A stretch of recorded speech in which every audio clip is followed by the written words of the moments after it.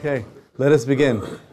So we finished the, very good, we're up to page Lamites. Shar ha'azut, generally they're in pairs. So we've done gava, arrogance, anava, humility. We have done busha, which is kind of modesty or embarrassment, and now the counterpart to that, azus, which is kind of like brazenness. Very good. Azus is brazen? Brazenness. Chutzpahdik. What is brazenness? Brazen. To be brazen means to be like it's a form of courage, but it could be pejorative, like being chutzpahdik, azut. It could be like courage, ferocity. It could be straightforward. It could be forwardness.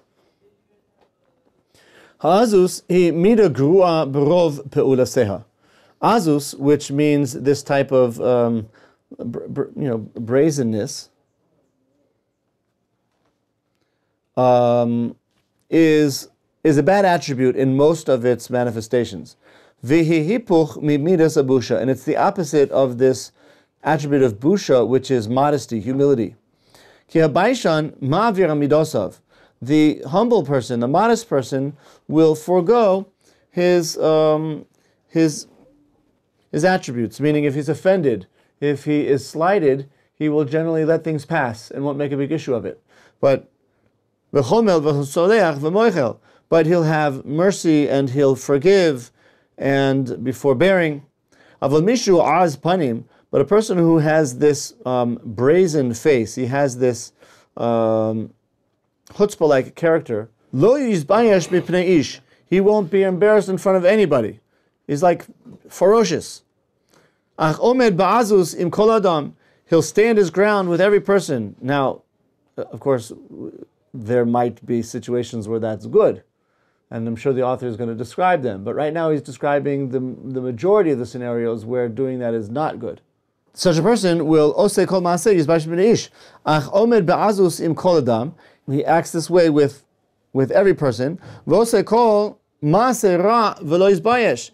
And he'll also do every evil act, and he will be very brazen about it. He won't be embarrassed about it. But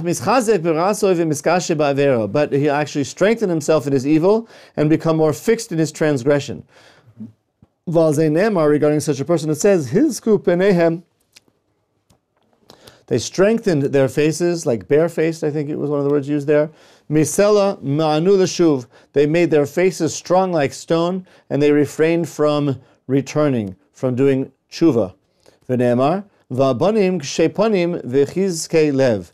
And these rebellious sons, they are like hard-faced, and have strengthened their hearts with this type of brazen, ill-tempered rebelliousness. And all of the good things that were said about humility and modesty, it's the opposite regarding those who are brazen. If a person strengthens himself with this attribute of being audacious, he's very despised in people's eyes. Why? Because they see him, like brazen and audaciously doing all types of things that he wants, and he's not embarrassed about anything in front of anybody. So he's viewed as being a very coarse and rude and obstinate person. And even if he's a wise person, meaning even if he's intelligent, but if he acts in this, very mean and offensive type of a manner, so he's going to be looked at as very badly by other people. And many other bad things are drawn after this attribute of being audacious. Now, other people might not confront him. Other people might actually be intimidated by him. Other people might actually do what he says or do what they think he expects. But that's not because they respect him, it's because they fear him. Either they fear him physically or they don't want to be abused by him. But in their heart of hearts or among themselves, they would despise this person. Hameiz panim im bnei adam lo yimalet min hamachlokes v'sina v'kina. A person who acts in this audacious, chutzpahdik manner, he will not be liberated from arguments and anger and jealousy. He's going to be ensnared by them. Umishu ma'azeh panim, and a person who is brazen like this, who makhish yichudo, he also denies the oneness of God. V'lo yisa pnei gadol, and he will not respect the countenance of people who are greater than him. U'pnei zaken lo yachon, or old people, he will not have mercy upon them. Yeah, it's like sometimes you have young people sitting somewhere at a bus or a reception line or something like this, and some elderly person comes in with a cane and hot or cold because of the weather outside, and this young person, this kid, the punk, he's got his earphones in and his sneakers kicked up on the chair in front of him, and the old person's standing there with nowhere to sit. And sometimes, if anybody says anything, he might begrudgingly remove his foot from the seat so that this elderly person can sit down. But other times they won't even not do that. But the Gemara says that Israel is the Azim Sheba Umos, that the Jewish people are the Az, the most brazen of people. Yes. I heard Baishanim. Yeah. On the other hand, we're Baishanim, Rahmanim, V'Gilin Chazarim. Yeah. The point is that Baishan is like modest, humble. Rahmani, merciful, and Gomel Chasadim, doing good to others. So the general understanding seems to be this, is that without the Torah, then the Jewish people have this kind of wild streak, which can take them to very extreme, and negative expressions. The Torah is like a yoke which harnesses that energy which is latent within us in a positive way. You think about the yoke of heaven. What's the yoke of heaven? A yoke is that piece of wood that's put on the shoulders of the ox. And generally people view a yoke as something which is a burden, something which is heavy to carry.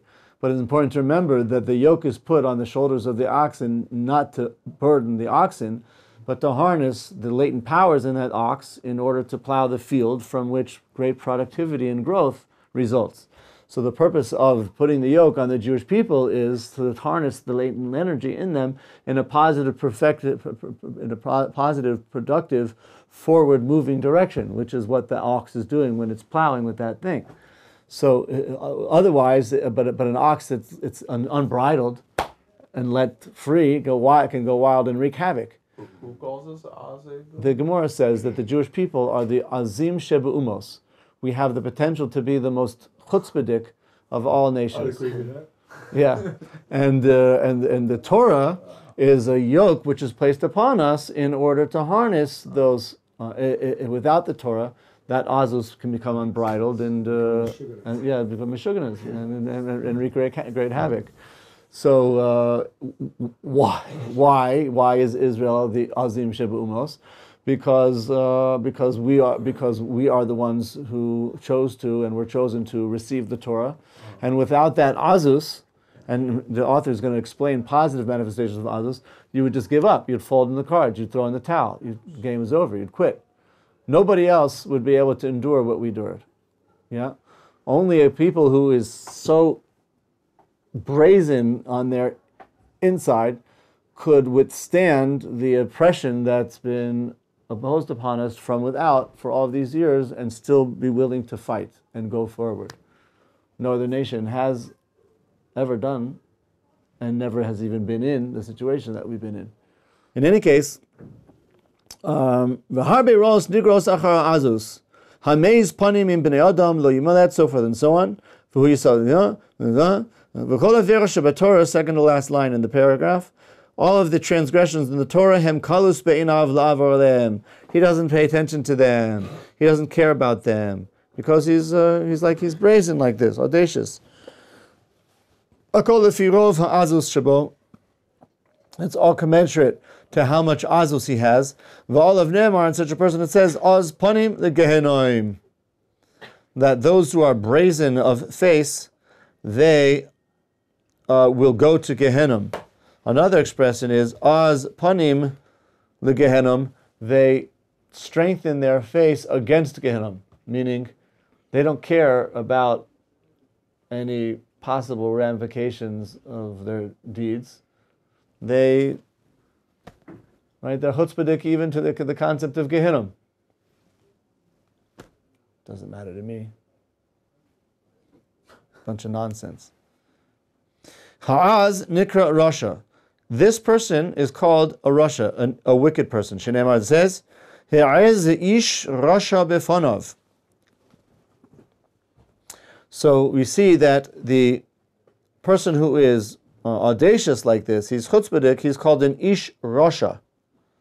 The harashoim megunim umeusim lifnei Hashem yizbarach. And rashoim, the wicked, they are despised and despicable in front of God. V'shem harashoim megune.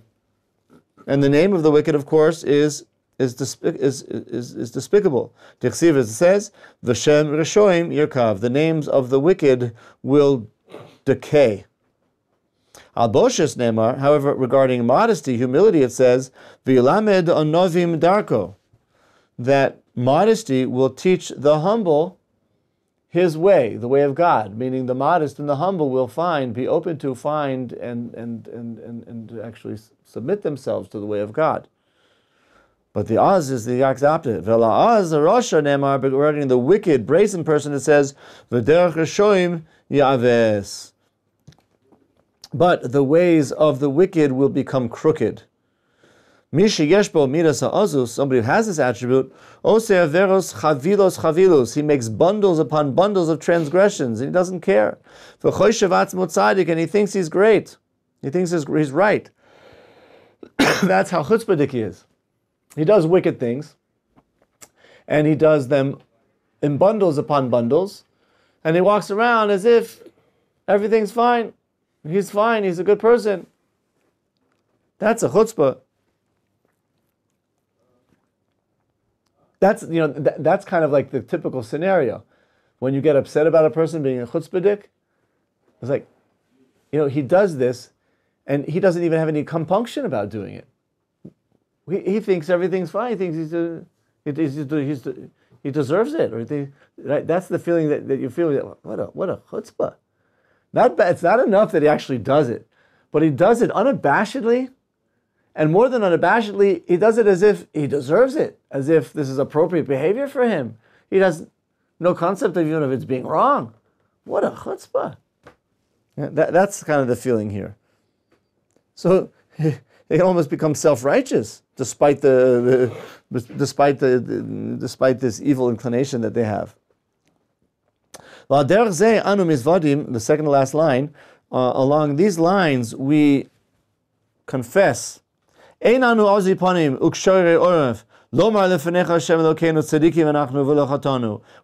Tachanun. We say, we are not brazen enough and stiff-necked enough to say before you, God, our God, we are righteous and we have not sinned. So you see from here that the brazen person has an inclination to sin and hold himself up as if he's righteous. He's doing everything right. I don't know if this relates at all, but I have the saying, you call yourself religious kind of thing. I was on the trains, and I bumped into someone, and they shoved me back super hard. It's someone who's wearing a super religious whatever, the whole getup. And it's the saying, you call yourself religious. I don't know, and it's he thought he was in the right to just shove me back when I just barely tapped him because it's packed. Right. Is that same thing or I don't know. Yeah, it sounds that way. It sounds that way. Yeah. I don't know why that person would have reacted that way, and what was that all about? That sounds pretty extreme, but that's certainly not acceptable. From the Tzaddiks, I guess. Yeah, I imagine you didn't do it on purpose, or maybe you probably didn't even know, but maybe the person thought you did, or maybe he felt that. Bad day. Yeah, maybe he felt you bumped into him harder than you thought, or maybe just as you bumped into him, the train reeled, and so he thought he moved because of the bump, and it was really because the train, I don't know. It sounds kind of extreme, but that behavior can't be condoned. Yeah, he might have judged certain things about you based on his perception of the way you look, and that would also be wrong on his part. But it's if you dress in a certain way, it's you shouldn't be doing like wrong things. That's also true. It's kind of like Like you I don't know what. It's like if you look at someone, it's like, oh, you're religious. Right, you call yourself religious? Yeah. And you call yourself religious. Yeah, religious people often ask, why are religious people held to a higher standard than others? But that's not really a fair question. I mean, if by definition you're religious and you're observant, you ascribe to God and you consider God's ways to be the right ways, then automatically you're setting yourself up to be judged on a higher standard. That's what you are proposing to do. You're proposing to hold yourself to a higher standard. And so certainly you should be held. You shouldn't be upset if you're called to task and being held by a higher standard. That's the whole point, no? I don't know why at lunch today all of a sudden the phrase like people who live in people live in glass houses shouldn't throw stones. I don't know why that thought came to mind. It just like came to my mind, but it's that type of a thing. I mean, I don't know if it's exactly the right phrase, but the point is, you're observant and therefore you're required to act in a certain way. What are you're gonna start throwing aspersions at other people, and think that you should be immune from being judged yourself, and that seems to me to be the wrong thing to do. Yeah, if a person goes to the extent to make himself, obviously visibly observant, so part of that is also holding himself to a higher standard.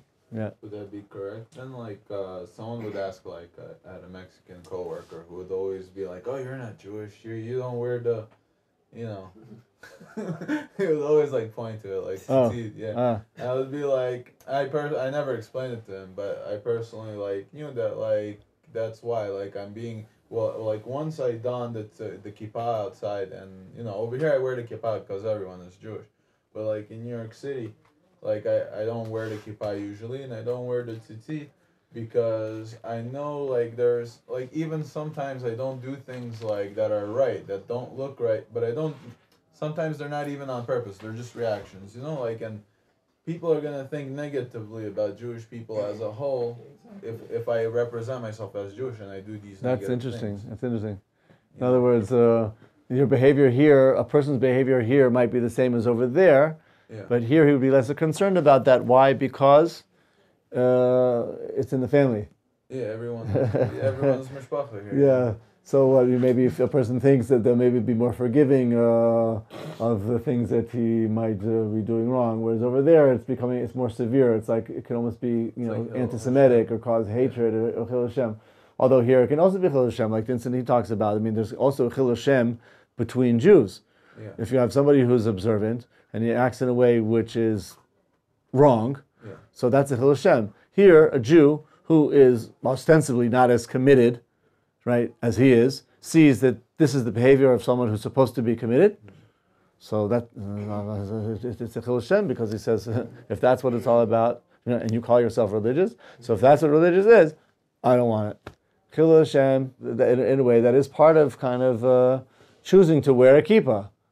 Are you really on a level of commitment that you can, be relied upon to be, a responsible representative of God? Because if not, then even if you keep your kippah on your head, people are going to knock it off. If not literally, but figuratively.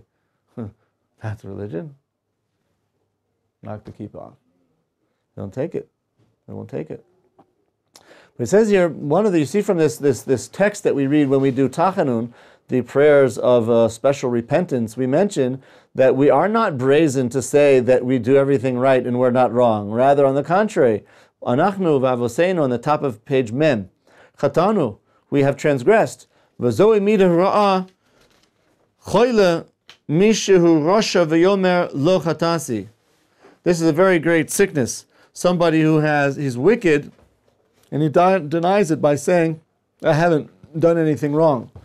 And we're not only talking about somebody who's lying, we're talking about somebody who's deceiving not others, but himself. He's wicked, but he doesn't think what he's doing is wrong. And it's not just not knowing. The point is, he doesn't recognize it being wrong. He recognizes that it's something which is wrong, but he doesn't recognize it as being wrong. He doesn't care. On such a person, God decrees, and He has no mercy on such a person. If you were to say, I know I did wrong, I apologize. that's one thing. But if you say, I didn't do anything wrong, what are you talking about? So the response is going to be much more extreme. Think about a child who's caught doing something wrong. If he brazenly continues with this kind of denial or stands up as if, so the parent's going to be much more likely to knock him down. But if the child says, you see the child is embarrassed, which is expressing their feeling remorse over having done something wrong, and they say, I'm sorry, so what's the parent much more likely to say, well, I'll let you off this time, but make sure you don't do it again. How do we know that God does not show mercy over these people? K'dichsiv, as it says, Hineni nishpat oisoch al amrech l'chatasi. I will judge you not only on what you've done wrong, but over the fact that you said you haven't done anything wrong. Uksiv, umodeh ve'oizev girucham. On the other hand, it's written, somebody who admits having done wrong, and they depart from that wrongdoing, Yerucham, he will be shown mercy. V'zeh haderech ha'az hu rachok me'od midarkei hatshuva. And the ways of this brazen person are very far from the ways of tshuva. Va'al hazoina ne'emar, and regarding a prostitute, it says, He'eza paneha v'tomar lo, that she kind of, made her face brazen, and she said to him. So that a prostitute is also brazen. She's also brazen. She's making a sexual object about herself. She's luring other people into unacceptable behavior, and she's all public about it, not only in the places that she makes herself visible, but the way she makes herself visible. And she has no compunction about it whatsoever. So in a way, when we do that regarding other things, we're like prostitutes. Hamira zos hi ra'a me'od. This attribute is very bad. Ki mevia es ha'odam levayesh es chaveroi ve'es ha'anim.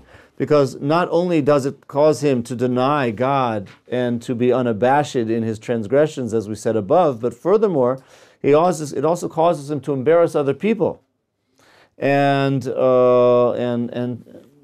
disparage the poor. Kinyan shenemar tahanunim yedaber rosh v'ashir ya'ane azus. The poor person will speak in a merciful way, but the wealthy will answer in a condescending way. How does he use this proof? This verse is a proof. I mean, at most it seems to be saying the poor person who is humble will speak with mercy. The wealthy person who might be arrogant, he'll speak with azus, with this brazenness. Why? Because he's condescending. That's the point. He's condescending. So his condescension is actually going to make other people embarrassed. And it's true, for a wealthy person who really has a lot of money, and people are constantly, seeking his help, imagine it would be very difficult for him not to feel condescending, because so many people on a daily basis are coming to him to fulfill their needs. So even if he smiles and is pleasant, he would probably still have airs of superiority.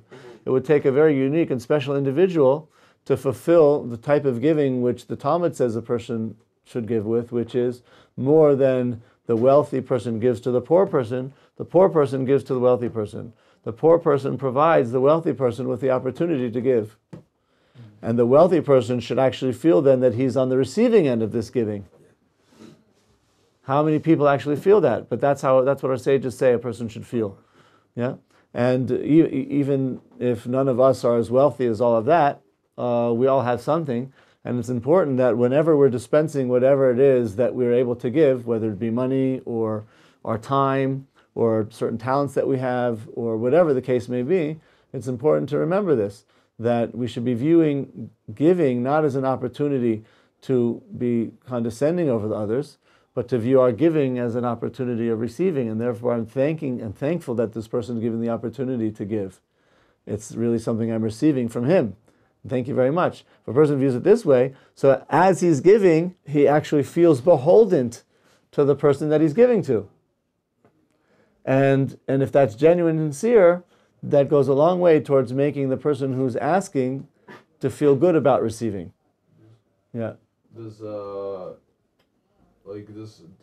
person who has the ability to give to everybody like that asks, like ideally, right? Like if everyone comes here, he gives, right? That's like the ideal thing. But like,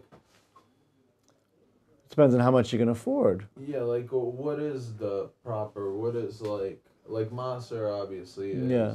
So let's start with that. Just on a simple level. A person earns money. He's got expenses, gross, net, profits, right?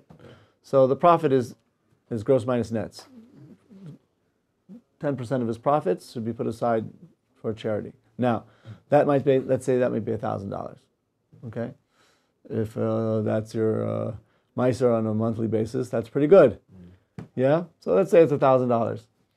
And so now he should try and give out $1,000. You can give it $1,000 to one person, or you can give $100 to 10 people, or $1 to 1,000 people. You know, how should he do it? So the Gemara says, and the Rambam writes, that a person should actually give more frequently smaller amounts than larger amounts less frequently, because he's always in any way he's going to be dispensing the same amount of charity. But by giving, he's actually improving himself each time he does the act of giving, even though each gift was a smaller amount.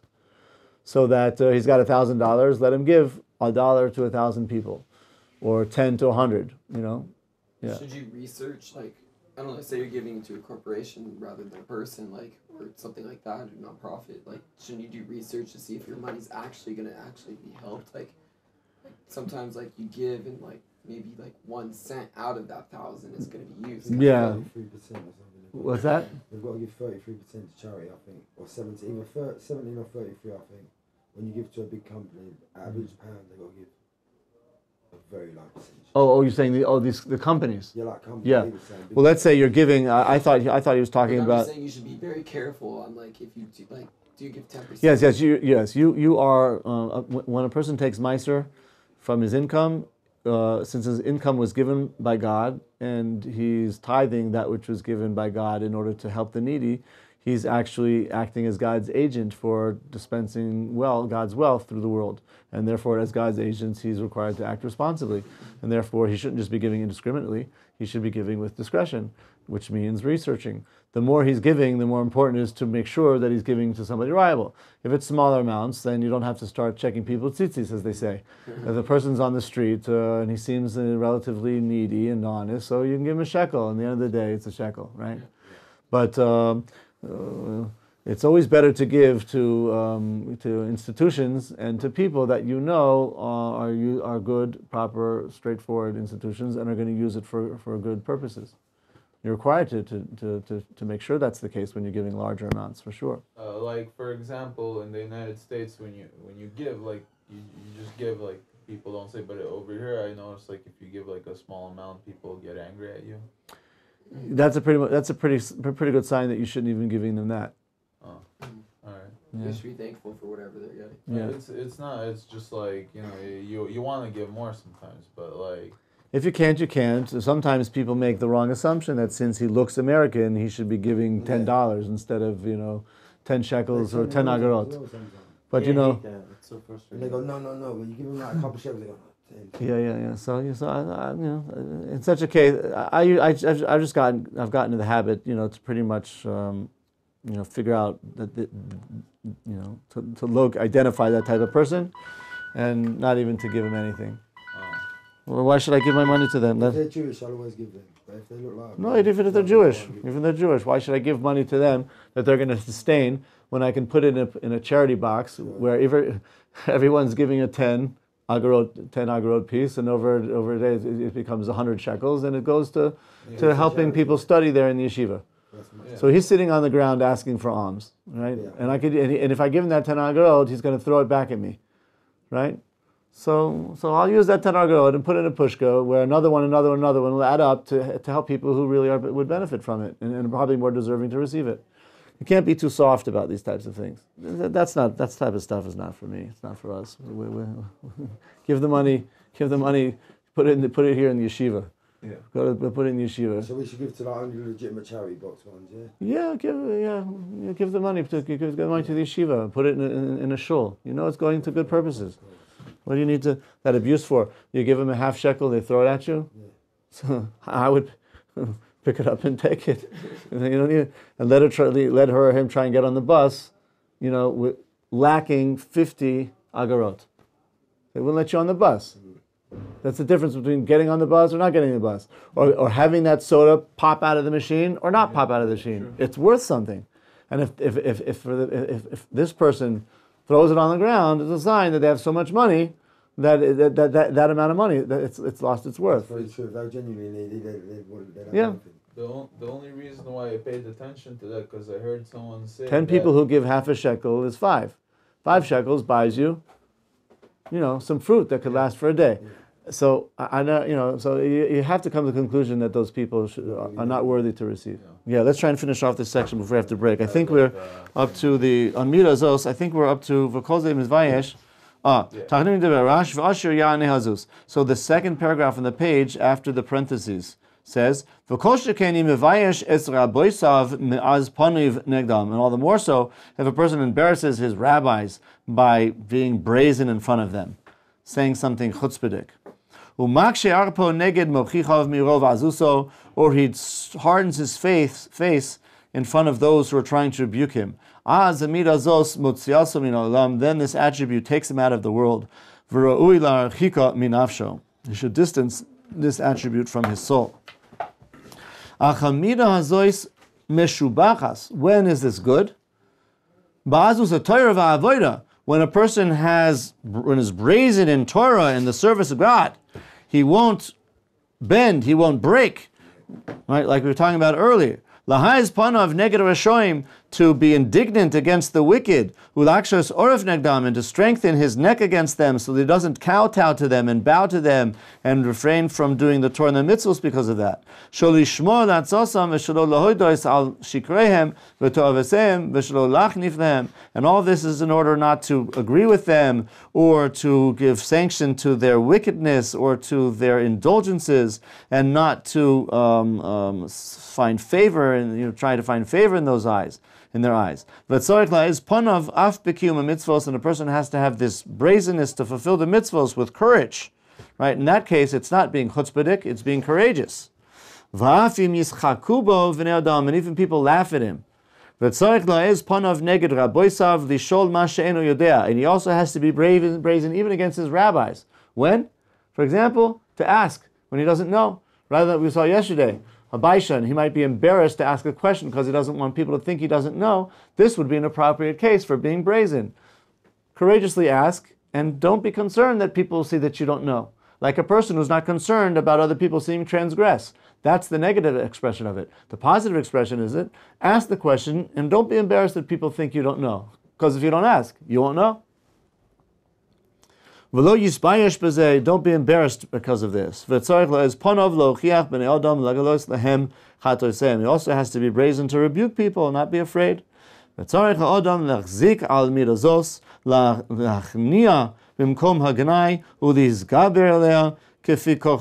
person has to harness this attribute by subjugating it, overcoming it when it's in a negative context, but strengthening it when it's going to help him grow. It's very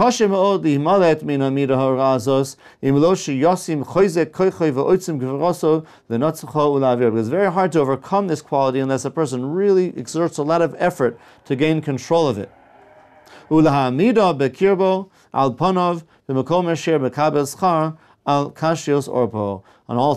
the contrary, knowing when to apply this attribute, when doing so will actually result in his receiving reward for his being stiff-necked. And that's why we're called a stiff-necked people. Again, it goes two ways. We're described as being stiff-necked because we don't do what God says. On the other hand, when we're told not to do it, we're also stiff-necked. And that's why, over all of the years of persecution, despite the fact that people have tried to extirpate us from the Torah, because we are a stiff-necked people, we, by and large, have not let the Torah go, because we're stiff-necked. So it works both ways. Okay.